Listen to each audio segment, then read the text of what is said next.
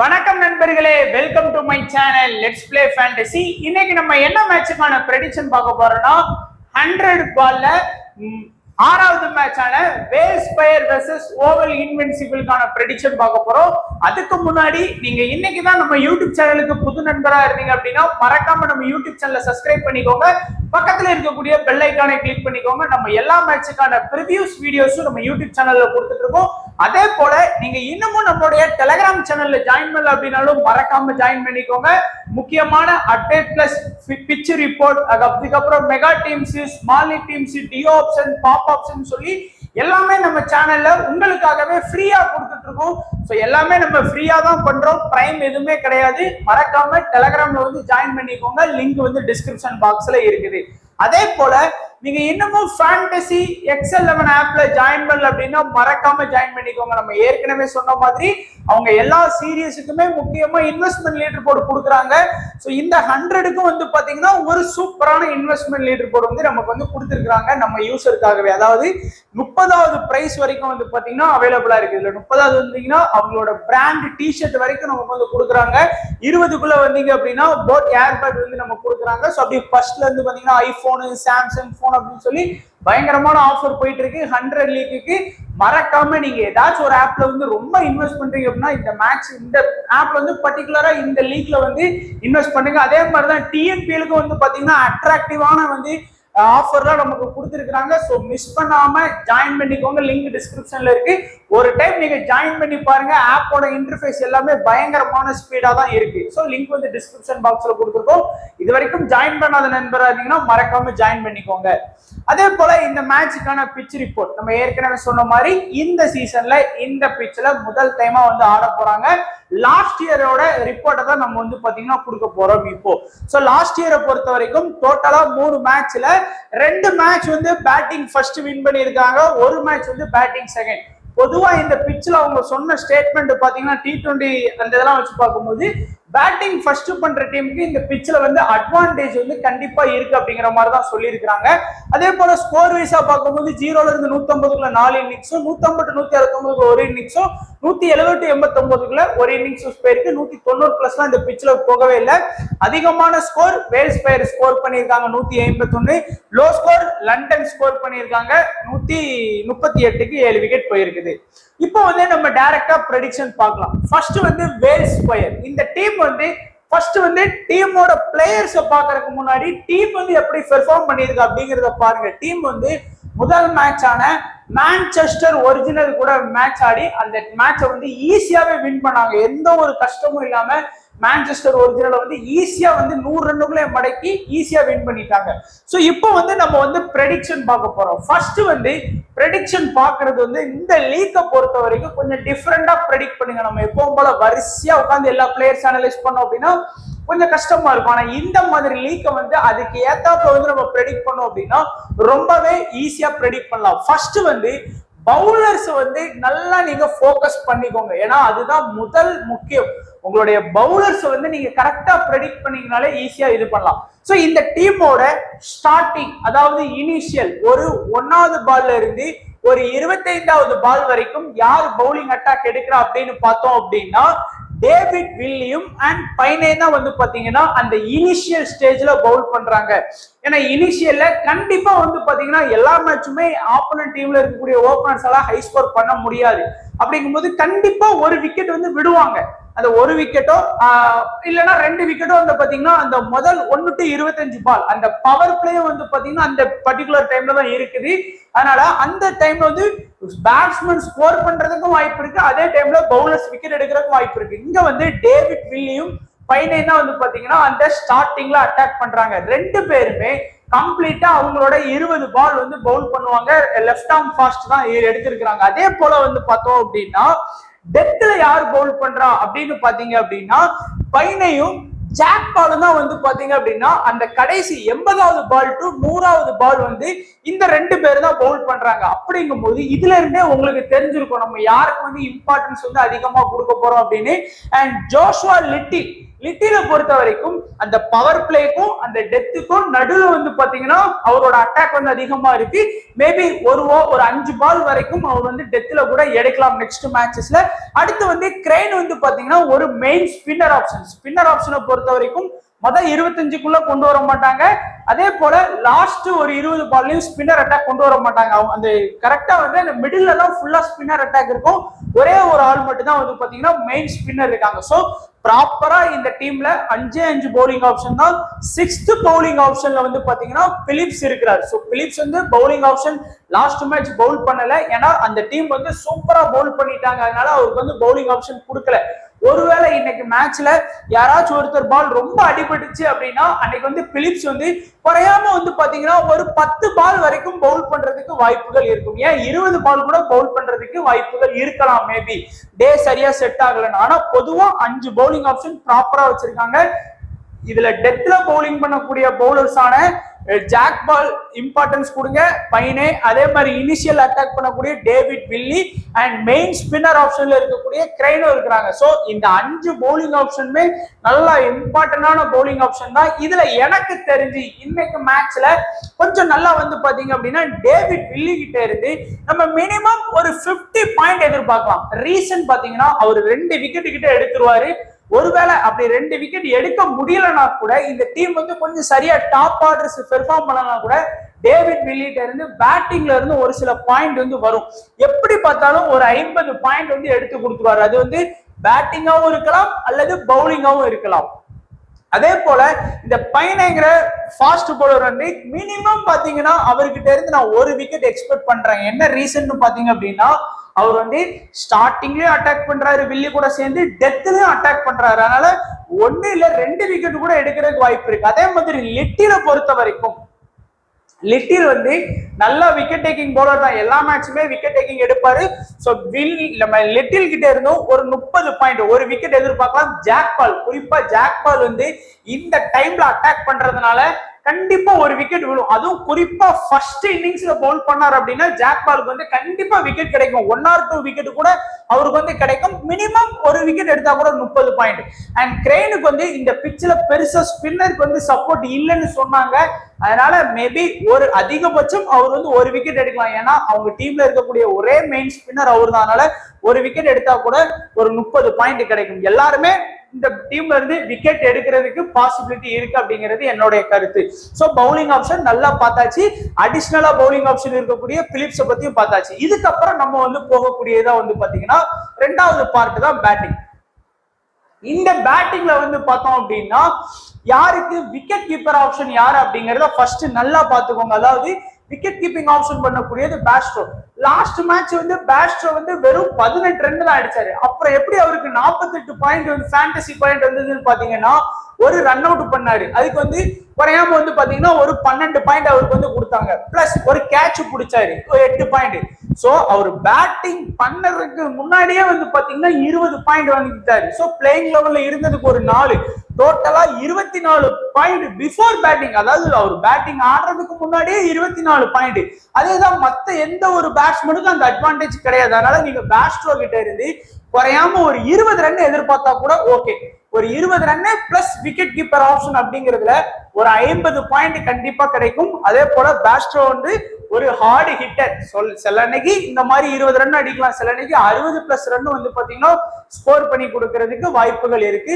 ஹோல்கர் வந்து ஒரு அதிரடியான பிளேயர் தான். அவரால் எல்லா மேட்சுமே ஒரு கன்சிஸ்டன்சியான ரன்னை வந்து இல்ல ஒரு ஹை ஸ்கோர் ரன் வந்து கான்ட்ரிபியூட் பண்ண முடியாது. அதிகபட்சம் ஒரு 25ல இருந்து ஒரு 35 ரன் வரைக்கும் தான் அவரால் ஸ்கோர் பண்ண முடியும். அதே மாதிரி ஆப்போனன்ட் டீம்ல வந்து பவுலிங் அட்டாக் நல்லாவே இருக்குது. இனிஷியல்லாம் வந்து பாத்தீங்கன்னா முகமது ஆமீர், மகமது இவங்க வந்து பவுல் பண்றதுனால கொஞ்சம் அவர் வந்து ஸ்ட்ரகிள் ஆகிறதுக்கும் வாய்ப்பு இருக்குங்கிறதுனால அதிகபட்சம் அவர்கிட்ட இருந்து நீங்க ஒரு 20 பாயிண்ட் எதிர்பார்க்கலாம். அதே மாதிரி ஜோ கிளார்க் வந்து 33 ரன் ரீசெண்டா ஸ்கோர் பண்ணி கொடுத்தாலுமே அவர்கிட்ட இருந்து நீங்க ஒரு 15ல இருந்து 25 ரன் இந்த மேட்ச் நீங்க எதிர்பார்க்கலாம். ஒரு 25 ஃபேண்டசி பாயிண்ட் கிட்ட நீங்க எதிர்பார்க்கலாம். அதுக்கு அடுத்து அந்த டீமோட கேப்டன் வந்து டாம் ஏபிள் வந்து கொஞ்சம் நல்லா நிதானமா பொறுமையா ஆடக்கூடிய ஒரு பிளேயர். ஒரு 25ல இருந்து ஒரு 35 ரன் வரைக்கும் நீங்க வந்து எதிர்பார்க்கலாம். ஒரு 30 ஃபேண்டசி பாயிண்ட் எதிர்பார்க்கலாம்.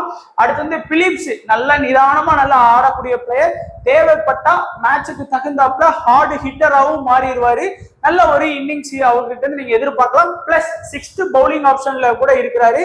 ஒரு 15ல இருந்து ஒரு 25 ரன்னும் நீங்க அவர்கிட்ட இருந்து எதிர்பார்க்கலாம். ஒரு 25 ஃபேண்டசி பாயிண்ட். அதுக்கப்புறம் வந்து வேல்ஸ் வந்து ஆர்டரை பொறுத்த வரைக்கும் ரொம்ப லேட்டாவும் ஆடுறாரு. திடீர்னு டேவிட் வில்லி கூட அவருக்கு முன்னாடியே வந்து ஆடுறதுக்கும் பாசிபிலிட்டி இருக்கு. அதனால நீங்க வந்து அவர்கிட்ட இருந்து பேட்டிங் திடீர்னு கிடைக்காம கூட போகலாம். லாஸ்ட் மேட்ச் மாதிரி கிடைச்சாலும் அவரால் வந்து ஒரு 15வது ஓவருக்கு அப்புறம் வந்தாருன்னா ப்ரெஷர்ல வந்து ரொம்ப ஸ்கோர் பண்ண முடியாது. ஒரு 25ல இருந்து ஒரு 30 ரன் ஸ்கோர் பண்ணலாம். ஒரு 25 பாயிண்ட் நீங்க அவர்கிட்ட இருந்து எதிர்பார்க்கலாம். ஸோ இதுதான் பேட்டிங்கோட ஸ்ட்ரென்த், இதுதான் அந்த டீமோட பவுலிங்கோட ஸ்ட்ரென்த். இப்போ வந்து நம்ம வந்து ஒரு உங்களுடைய டீம்ல வந்து இந்த டீம்ல இருந்து யாரெல்லாம் நீங்க வந்து கேப்டன் வைஸ் கேப்டனா உங்களுடைய ஸ்மால் லீக் டீமா இருக்கட்டும், அது மெகா லீக் டீம்ஸா இருக்கட்டும், மினி டீம்ஸா இருக்கட்டும் அப்படின்னு பாத்தீங்கன்னா இதுல வந்து கேப்டன் வைஸ் கேப்டனை பொறுத்த வரைக்கும் நீங்க வந்து பேஸ்ட்ரோக்கு உங்களுடைய அந்த 3 ஃபார்மேட்லயும் நீங்க வந்து கேப்டன் வைஸ் கேப்டன் கொடுக்கலாம். அதே மாதிரி டேவிட் வில்லிக்கு 3 ஃபார்மேட்லயும் கேப்டன் வைஸ் கேப்டன் கொடுக்கலாம். அதே போல இன்னைக்கு மேட்ச்ல வந்து பர்டிகுலரா ஜாக் பால வந்து கேப்டன் வைஸ் கேப்டனா 3 ஃபார்மேட்னா small league, mini grand league, mega grand league, இந்த 3லயுமே இந்த 3 ஃபார்மேட்லயும் இந்த 3 பேரையுமே நீங்க கேப்டன் வைஸ் கேப்டனா கண்டிப்பா யூஸ் பண்ணி பார்க்கலாம். அதே போல கேம் சேஞ்சர், அதாவது அந்த பிளேயரை எடுத்து நீங்க வந்து ரிஸ்கா ட்ரை பண்ணி அவர் ஸ்கோர் பண்ணாரா வின் பண்றதுக்கு பாசிபிலிட்டி இருக்கும் அப்படின்னா என்ன பொறுத்த வரைக்கும் பிலிப்ஸ் வந்து இந்த மேட்ச்ல ஒரு கேம் சேஞ்சர். அதே மாதிரி கிரெயின் வந்து பாத்தீங்கன்னா ஒரு கேம் சேஞ்சர். இந்த 2 பேரையுமே விருப்பம் உள்ளவங்க உங்களுடைய 3 ஃபார்மேட்ல வந்து இந்த 2 பேருக்குமே கொஞ்சம் இம்பார்ட்டன்ஸ் கொடுத்து ட்ரை பண்றதா இருந்தா ட்ரை பண்ணிக்கோங்க. மற்றபடி ஸ்மால் லீக்னு பார்க்கும்போது காமனா வந்து பேஸ்ட்ரோ, அதுக்கப்புறம் வந்து வில்லி, லிட்டில், பைனே, இந்த ஒரு 4 பேரும் ஒரு காமனா செலக்ட் பண்ணக்கூடிய பிளேயர்ஸா உங்களுடைய டீம்ஸ்ல வந்து வந்துருவாங்க. ஸோ தனித்தனியா பிரிச்சு நீங்களே பாத்தீங்க அப்படின்னா உங்களுக்கு வந்து ரொம்பவே யூஸ்ஃபுல்லா இருக்கும். இந்த பாயிண்ட்ஸ் அடிப்படையிலையும் நீங்க வந்து கொஞ்சம் டிஃப்ரெண்டா ட்ரை பண்ணி பாருங்க. அதுக்கு அடுத்து ஓவல் இன்வென்சிபிள். ஏன்னா இந்த டீம் வந்து பாத்தீங்கன்னா ஒரு ஸ்ட்ராங்கான டீம் தான். ஸோ ஓரளவுக்கு வந்து பாத்தீங்கன்னா இவங்களும் முதல் மேட்ச் மொயின் அலி பர்மிங்ஹாம் டீமே வந்து பாத்தீங்கன்னா ஒன் சைடா வின் பண்ணிட்டாங்க. எப்படி வந்து வேல்ஸ் பயர் மான்செஸ்டர் ஈஸியா வின் பண்ணாங்களோ அதே மாதிரி ஓவல் இன்வென்சிபிளும் ஈஸியாவே மேட்சை வந்து வின் பண்ணிட்டாங்க. ஸோ இந்த டீம்ல இருக்கக்கூடிய பவுலிங் ஆப்ஷன், ஃபர்ஸ்ட் வந்து பவுலிங் ஆப்ஷன் தான் என்ன பொறுத்த வரைக்கும் இந்த லீக்கை பொறுத்த வரைக்கும் நீங்க பார்க்க வேண்டியது. இப்போ ஃபர்ஸ்ட் வந்து பாத்தீங்கன்னா இனிஷியல் அட்டாக் பண்ணக்கூடியது வந்து முகமது ஆமீரும் மஹமதும் தான் வந்து பாத்தீங்கன்னா மஹமதும் இன்னிங்ஸ்ல, அதாவது அந்த ஸ்டார்டிங் 1வது ஓவர்ல இருந்து 1வது பால்ல இருந்து அந்த 25வது பால் வரைக்கும் இவங்களோட அட்டாக் தான் மாத்தி இருக்குது. இப்போ பாத்தீங்கன்னா பாஸ்ட்ரோ, ஹோல்கர் 2 பேரும் அங்க டீம்ல இருந்து இன்னிங்ஸ் ஓபன் பண்றாங்க. அவங்க வந்து ஹார்டு ஹிட்டர்ஸ், அடிச்சா பயங்கரமா ஸ்கோர் பண்ணுவாங்க, இல்லைன்னா டப்புன்னு அவுட் ஆயிடுவாங்க. அப்படிங்கும் போது இந்த 2 பேருக்குமே விக்கெட் டேக்கிங் கிடைக்கிறதுக்கு வாய்ப்புகள் இருக்கு. அட்லீஸ்ட் ஒருத்தராச்சும் வந்து பாத்தீங்கன்னா அவுட் ஆகிடுவாங்க. இந்த 2 பேருக்கு பால்ல யாருக்காச்சும் ஒருத்தருக்கு வந்து கண்டிப்பா விக்கெட் இருக்கு. அதான் ஆமீர்லாம் செல்லனை முதல் மேட்ச் வந்து தொடர்ந்து 10 பால் போல் பண்ணாரு. முதல் 5 பால் போட்டாரு, அடுத்த 5 பால் வந்து மஹமூத் போட்டாரு, அதுக்கு அடுத்த 10 பால் வந்து ஆமீர் தான் போட்டாரு, அதுக்கு அடுத்த 5 பால் தான் வந்து பாத்தீங்கன்னா மஹமூத் வந்தாரு. அதனால அந்த விக்கெட் டேக்கிங் வந்து கண்டிப்பா கிடைக்கிறதுக்கு வாய்ப்புகள் இருக்கு 2 பேருக்கும். இல்ல ரீசெண்டாவும் பாருங்க 2 பேரும் நல்லாவே விக்கெட் எடுத்து வச்சிருக்காங்க. அவங்களோட பெர்ஃபார்மன்ஸ் வந்து நல்லாவே இருக்குது. அதுக்கு அடுத்து டெத்ல யார் பவுல் பண்ணுவா அப்படின்னு பாத்தீங்கன்னா லாஸ்ட் மேட்ச் இந்த டீம்ல இருந்து யாருமே டெத்ல பவுல் பண்ணல. இருந்தாலும் டெத்ல பவுல் பண்ணக்கூடியது சாம் கருண் தான் வர்றாரு. சோ இந்த டீம்ல இருந்து சாம் கருண் லாஸ்ட் மேட்ச் வந்து ஓவர் கம்மியா தான் பவுல் பண்ணாரு, ஏன்னா மேட்ச் வந்து சீக்கிரமாவே முடிச்சுட்டாங்க. இருந்தாலும் டெத்ல வரும்போது அந்த குறிப்பா 80வது பால் டு 100வது பால் வந்து சாம் கருண் வந்து மினிமம் ஒரு 10 பால் பவுல் பண்ணிடுவாரு. ஒரு 5 பால் வந்து பாத்தீங்க அப்படின்னா ஷவுட்டர் வந்து பவுல் பண்ணுவாரு. ஒரு 5 பால் வந்து மஹமூட் பவுல் பண்றதுக்கான பாசிபிலிட்டி இருக்குது. அதனால டெத்ல பவுல் பண்ணக்கூடிய சாம் கருண் வந்து ரொம்ப இம்பார்ட்டன்ட். லாஸ்ட் மேட்ச் பெர்ஃபார்ம் பண்ணலனாலும் சாம் கருண் கிட்ட எக்ஸ்ட்ரா ஒரு அட்வான்டேஜான பேட்டிங் அட்வான்டேஜ் இருக்கு. அதனால நீங்க கண்டிப்பா சாம் கருணுக்குலாம் இம்பார்ட்டன்ஸ் வந்து கொடுத்தே ஆகணும். அதனால இப்போ வேற வந்து பாத்தீங்கன்னா ஆடம் சேம்பா வந்து இந்த 2க்கும் இடைப்பட்ட இதுல, அதாவது அந்த 25வது பால்ல இருந்து 80வது பால் வரைக்கும் உள்ள ஒரு 20 பால் வந்து கண்டிப்பா சாம் கரனோட அட்டாக் வந்து சார் நம்ம ஆடம் ஜாம்பாவோட அட்டாக் இருக்கும். அவர் வந்து இந்த வேர்ல்டு கப் T20ல இருந்து எல்லா மேட்சுமே நல்லாவே விக்கெட் எடுத்து கொடுத்துட்டு இருக்காரு T20 கிரிக்கெட்ல. சோ இதுவும் ஆல்மோஸ்ட் 100 பால்னாலும் அது T20 கிரிக்கெட் மாதிரி தான். அதனால ஆடம் ஜாம்பாவும் வந்து பாத்தீங்கன்னா ஒரு முக்கியமான பவுலிங் ஆப்ஷன். இப்ப பாத்தீங்கன்னா 1 2 3 4 5 ப்ராப்பரா வந்து 5 பவுலிங் ஆப்ஷன் தான் வச்சிருக்காங்க. ஆறாவதா வந்து பாத்தீங்கன்னா 6th பவுலிங் ஆப்ஷன்ல நமக்கு வந்து வில் ஜாக் வந்து ஸ்பின்னர் ஆப்ஷன்ல வந்துடுறாரு. ஏன்னா எல்லாருமே ஃபாஸ்ட், சாம் கருண், மஹமூடு, ஷவுட்டர், ஆமீர் அப்படின்னு எல்லாருமே ஃபாஸ்ட். ஒரே ஒரு மெயின் ஸ்பின்னர் ஆடம் ஜாம்பா வச்சிருக்காங்க. மீதி வந்து பாத்தீங்கன்னா வில் ஜாக் வந்து பாத்தீங்கன்னா இந்த 25 to 80க்குள்ள வந்து பாத்தீங்கன்னா ஆடம் ஜாம்பா 20ம் வில் ஜாக் வந்து ஒரு 10 பால், டோட்டலா ஒரு 30 பால் வந்து பாத்தீங்கன்னா அவங்களோட அட்டாக் தான் மாத்தி இருக்கும். சோ வில் ஜாக் வந்து ஓப்பனிங்கும் ஆடுறாரு, 6th பவுலிங் ஆப்ஷன்ல இருக்கிறாரு. அதனால வந்து குறையாம வந்து பாத்தீங்கன்னா அவர்கிட்ட இருந்து நீங்க 50 ஃபேண்டசி பாயிண்ட் வந்து எதிர்பார்க்கலாம். அது ஒண்ணு திடீர்னு இன்னைக்கு மேட்ச்ல வந்து அவர் விக்கெட்டே எடுத்து கொடுக்காம போகலாம். ஆனா பேட்டிங்ல வந்து திடீர்னு ஒரு 40 ரன் ஸ்கோர் பண்ணிட்டாருன்னா கூட அதுக்கு 6 4 பாயிண்ட் பிளஸ் பிளேயிங் 11 பாயிண்ட் எல்லாம் சேர்ந்து 50 பாயிண்ட் கேரண்டியா வந்து வாங்கி கொடுத்துருவாரு. அதுக்கு அடுத்து வந்து பார்த்தோம் அப்படின்னா சாம் கருண் வந்து டெத்ல பவுல் பண்றதுனால நான் மினிமம் சாம் கருண் கிட்ட இருந்து இந்த மேட்ச் வந்து ஒரு 40 பிளஸ் பாயிண்ட் எதிர்பார்க்கிறேன். ஏன்னா எக்ஸ்ட்ரா ஒரு அட்வான்டேஜ், பேட்டிங் அட்வான்டேஜும் இருக்கு. அதே மாதிரி மஹமூட் இருந்து நான் வந்து மினிமம் 2 விக்கெட் லாஸ்ட் மேட்ச் எடுத்தாலும் இந்த மேட்ச் வந்து 1 விக்கெட்டாச்சும் எடுத்துருவாரு அப்படிங்கிற நம்பிக்கை இருக்கு. அதே மாதிரி சாம்பா கிட்ட இருந்து நான் 2 விக்கெட்டை எதிர்பார்க்கிறேன். ஏன்னா ஸ்பின்னர் அட்டாக் வந்து பயங்கரமா பண்ணுவாரு. அதனால ஒரு 50 பாயிண்ட் வந்து சாம்பாட்ட ட்ரை பண்ணலாம். ஷவுட்டர் வந்து உங்களுக்கு வந்து ஒரு கேம் சேஞ்சர் ஆப்ஷன்ல கூட நீங்க யூஸ் பண்ணலாம். மேக்ஸிமம் ஒரு விக்கெட் வந்து உங்களுக்கு எடுத்து கொடுக்கறதுக்கு வாய்ப்பு இருக்கும். ஆமீரும் வந்து பாத்தீங்கன்னா கண்டிப்பா ஆமீர் வந்து 2 விக்கெட் கூட எடுக்கலாம். ஒரு 50 பாயிண்ட் வந்து நான் கவர் பண்றேன் உங்களுக்கு. அது முன்ன பின்ன ஒரு 10 பாயிண்ட் முன்ன பின்ன கூட உங்களுக்கு ஆகலாம்.